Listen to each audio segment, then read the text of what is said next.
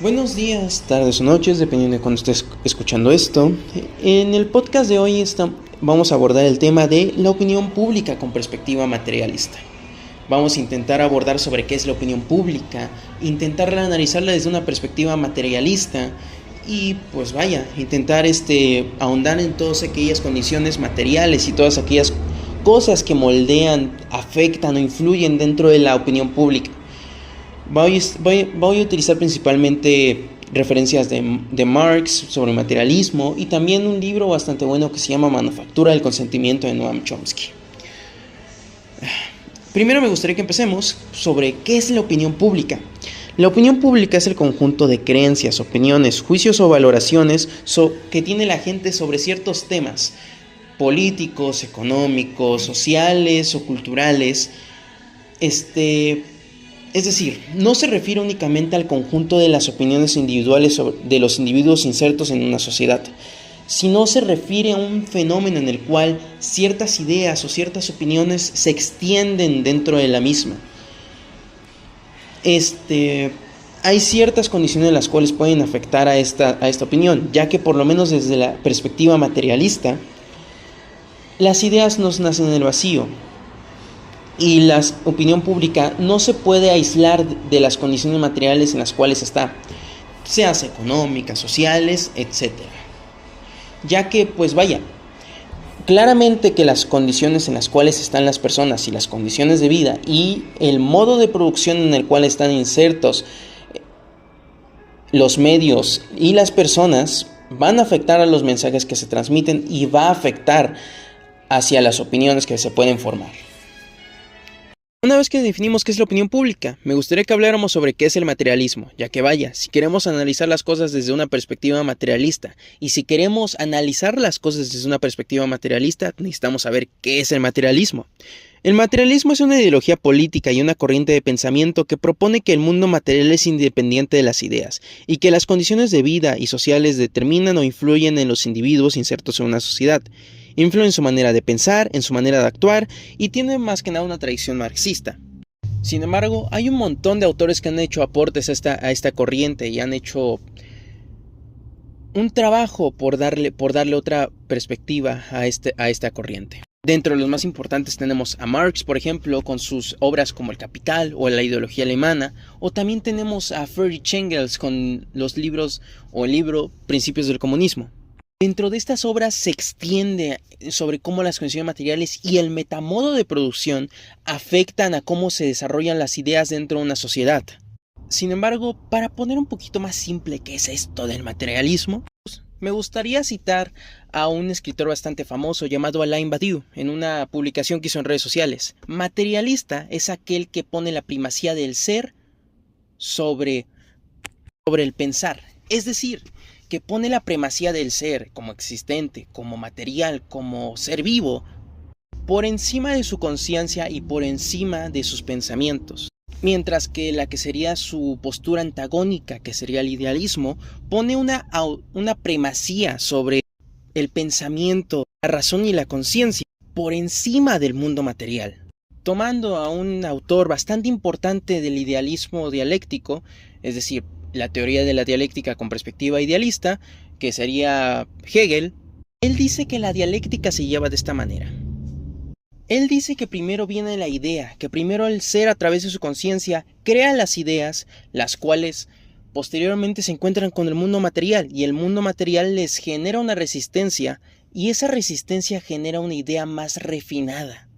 Posteriormente viene Marx, y Karl Marx desarrolló la idea del materialismo dialéctico, la cual pues básicamente vendría a ser una inversión de la teoría de Hegel.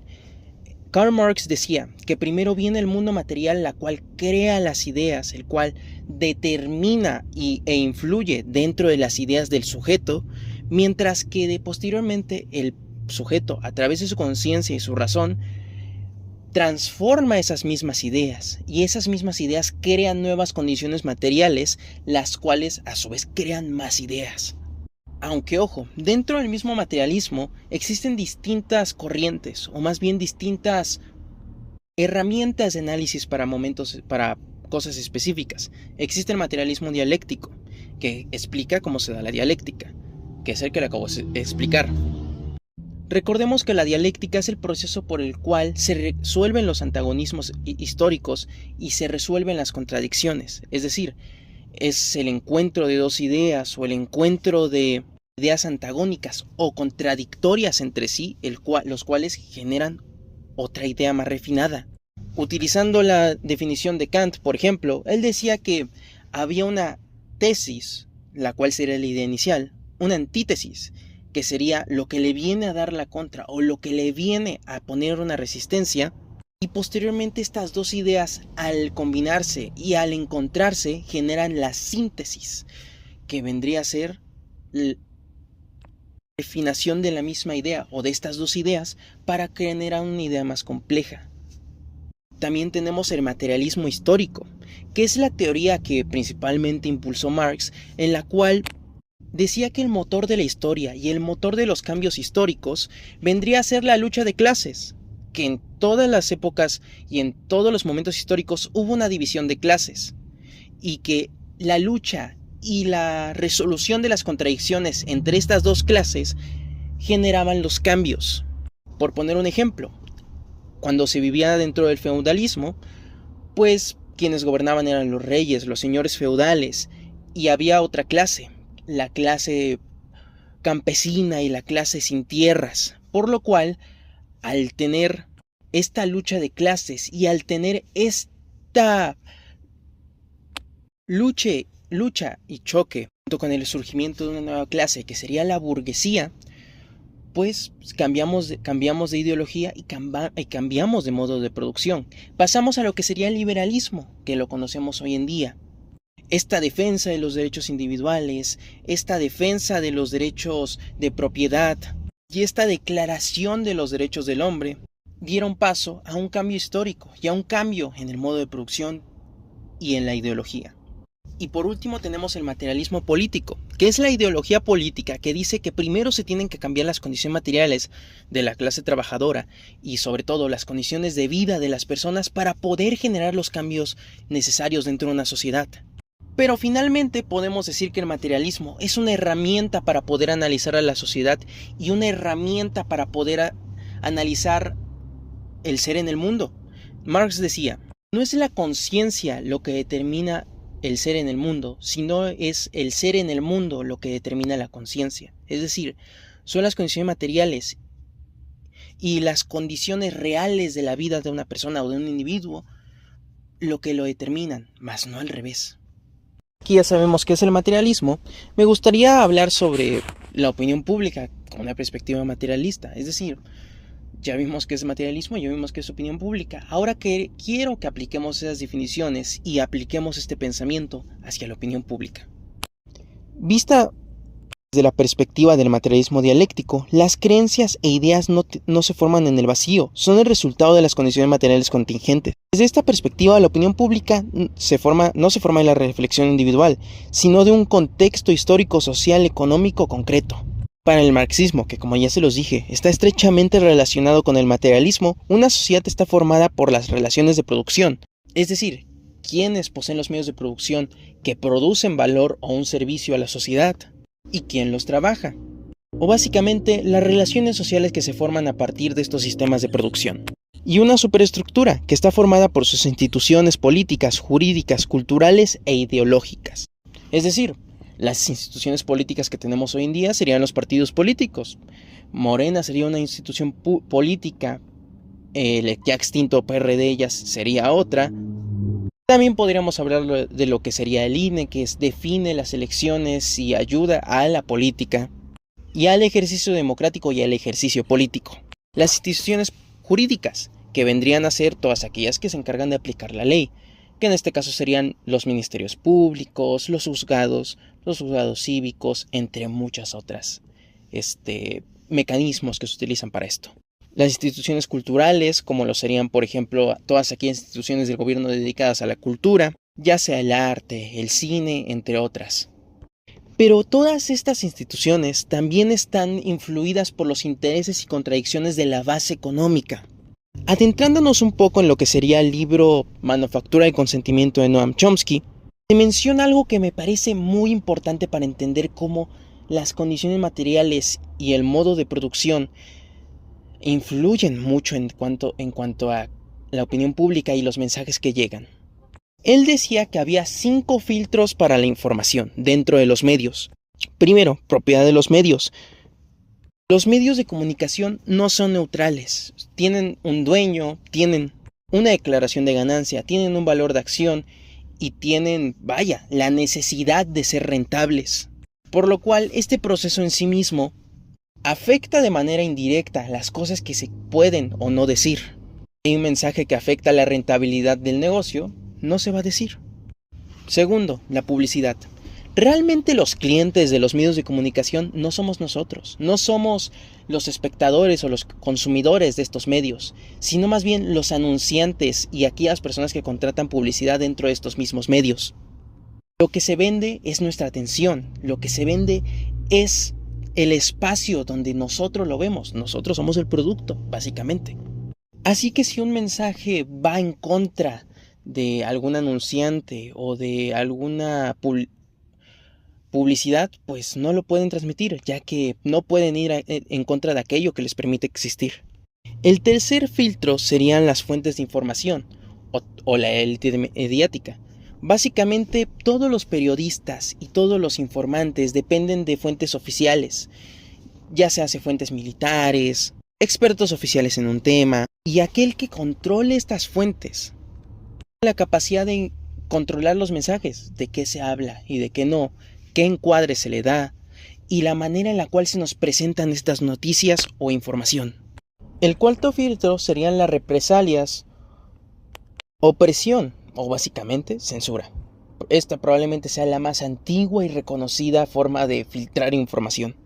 Ciertos grupos de poder o grupos políticos o de cualquier tipo pueden generar una presión sobre los medios y por lo tanto definir de qué se habla y de qué no. Un ejemplo muy claro de nuestra actualidad sería, por ejemplo, toda la censura que existe dentro de las noticias que nos llegan de Palestina y del genocidio que Israel está cometiendo en contra de ese país y de su gente. Y por último, el último filtro que menciona Noam Chomsky sería la ideología dominante. También se le podría entender un poco como la construcción de un enemigo en común. Noam Chomsky dentro del libro habla del anticomunismo, ya que era la ideología dominante en ese momento, y sobre cómo esta ideología del anticomunismo se utilizaba como justificación para el uso de la violencia o la violación de la soberanía de naciones para poder intervenir militarmente y poder utilizar la violencia y poder imponer la voluntad de Estados Unidos en el mundo. Dentro del libro se mencionan ejemplos como los de Vietnam, en el cual cuando se dio la revolución de Ho Chi Minh, pues se utilizó el anticomunismo para poder intervenir militarmente en el país. Otro ejemplo sería Cuba, que cuando se dio la revolución cubana en 1958, pues intervino militarmente varias veces y intentó imponer su voluntad a través del asesinato de sus líderes o otras alternativas como el bloqueo económico. Pues se justificó a través del anticomunismo todas estas intervenciones y estas acciones violentas. Actualmente, si lo quisiésemos poner en ejemplos contemporáneos, diría que nuestra palabra ese enemigo en común sería el terrorismo. Por lo menos desde el 11 de septiembre se han endurecido mucho las políticas antiterroristas y se utiliza la palabra terrorismo para casi todo, ya que se puede observar, por ejemplo, en el secuestro del presidente Maduro, de Nicolás Maduro. Supuestamente la razón por la que lo habían sustraído de su país había sido porque él cometía actos de narcoterrorismo y él lideraba el cártel de los soles y debía ser juzgado por Estados Unidos. De hecho, puedes ver en las noticias y en las imágenes y en las fotografías cómo va con agentes de la DEA, que es la agencia antidrogas. Sin embargo, dentro del mismo juzgado estadounidense se aclaró que el cártel de los soles nunca existió, esa organización nunca existió. Sin embargo, se utilizó la excusa del terrorismo para poder sustraerlo. O también tenemos la noticia que se hizo bastante famosa sobre el ataque a las lanchas de migrantes lanchas en el Caribe diciendo que eran parte del narcotráfico. diciendo que eran terroristas. El narcotráfico y el terrorismo, básicamente para ellos es lo mismo. Es una narrativa para poder justificar la violencia y para poder justificar las invasiones y poder justificar las acciones de intervención de Estados Unidos. A continuación me gustaría mostrarles algunos ejemplos sobre cómo muchas veces se manipulan las noticias, el enfoque de las noticias y la manera en la cual se nos presentan estas mismas, aplicando justamente los 5 filtros que les acabo de mostrar. El primero de ellos es el caso de Nayib Bukele. Me imagino que la mayoría habrán oído de él. Es el actual presidente de El Salvador, el cual es muy reconocido y bastante celebrado y bastante admirado por un montón de países, un montón de personas, diciendo que es la persona que acabó con las maras, diciendo que es la persona la cual acabó con las pandillas, quien realmente las está exterminando, por así decirlo, y quien realmente ha puesto una mano dura a estas mismas. Todas estas cosas que les acabo de mencionar son las cosas las cuales suelen ponerle el enfoque y suelen encuadrarse cuando se habla de este personaje.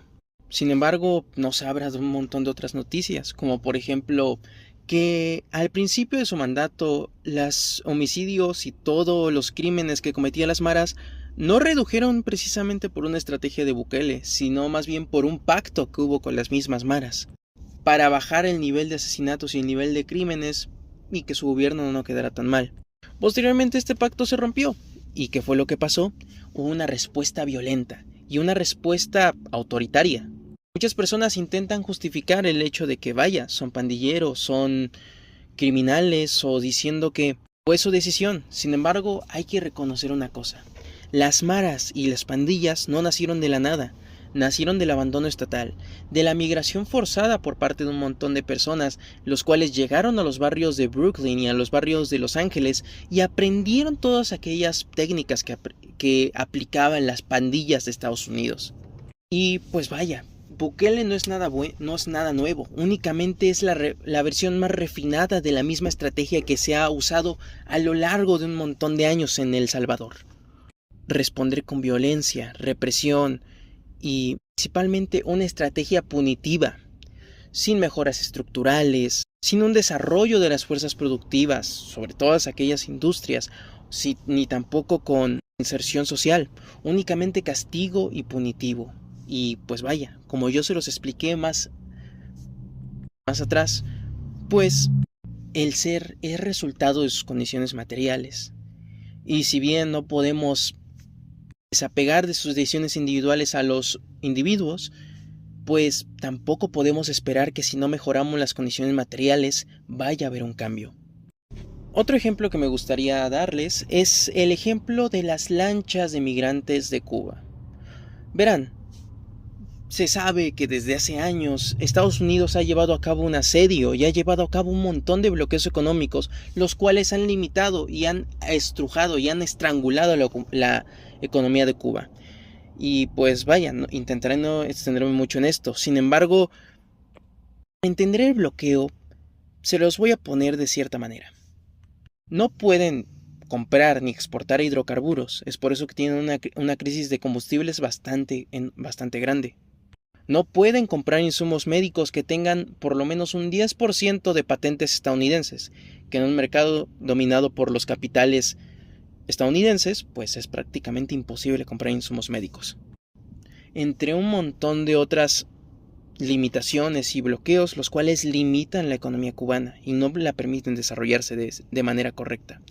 Estados Unidos, dentro de estas estrategias, también hizo algo. Hizo que cualquier persona que pisara suelo estadounidense, persona cubana, cualquier cubano que llegara a suelo estadounidense, automáticamente obtenía la ciudadanía. Incluso le llaman repatriar, ya que, como podemos recordar, Cuba antes era una colonia estadounidense, o vaya, un protectorado, así que para ellos es como si los cubanos volviesen a donde están. Y pues, ¿esto a qué desencadenó? Miles de personas yendo en lancha desde Cuba hasta Miami para poder obtener la ciudadanía estadounidense. Y básicamente con esta política lo que esperaban lograr es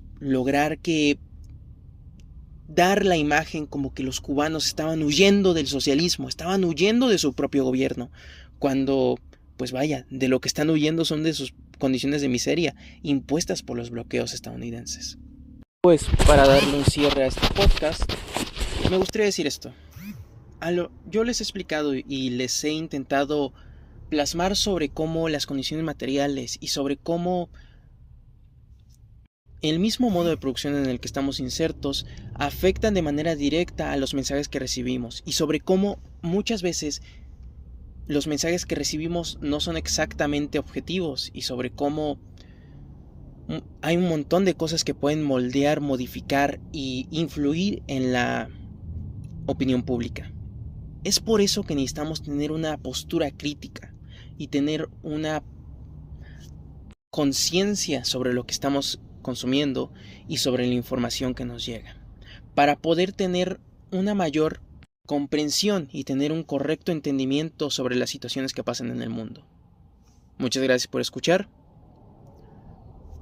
Que tengan buen día.